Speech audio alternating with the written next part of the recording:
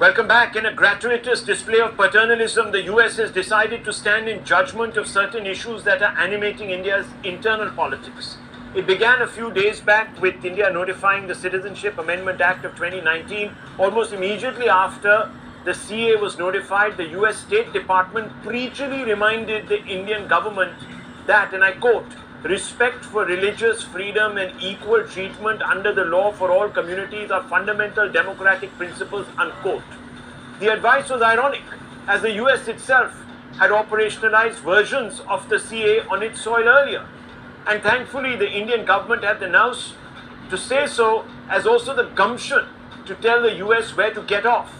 One would have thought that, disgraced as a hypocrite and summarily reminded of the basic rule of international diplomacy, that you don't poke your nose into another country's internal affairs, especially a friend, Uncle Sam would have sheepishly tucked its misfiring gun back into its holster. But no, here we are back again, confronted by another demonstration of Washington's gauche censoriousness. This time the US State Department has let it be known to India that it expects, and I quote them, "fair, transparent, timely legal process in the case of Kejriwal's arrest and the freezing of Congress party's bank accounts," unquote. Statements came from Germany as well, viewers. Expect democratic principles to be applied. Kejriwal entitled to fair and impartial trial. He must be allowed legal avenues without restrictions.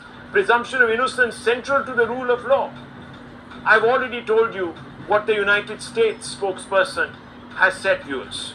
The US criticism, the German criticism, is in line with the views of anti-Modi commentators here, who claim that the actions against Kejriwal and the Congress are denying the opposition a level playing field ahead of the Lok Sabha polls.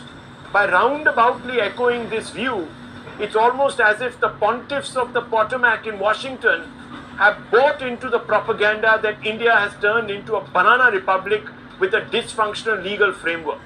Once again, India duly delivered a stern but sadly formulaic ticking off to the errant United States of America listening.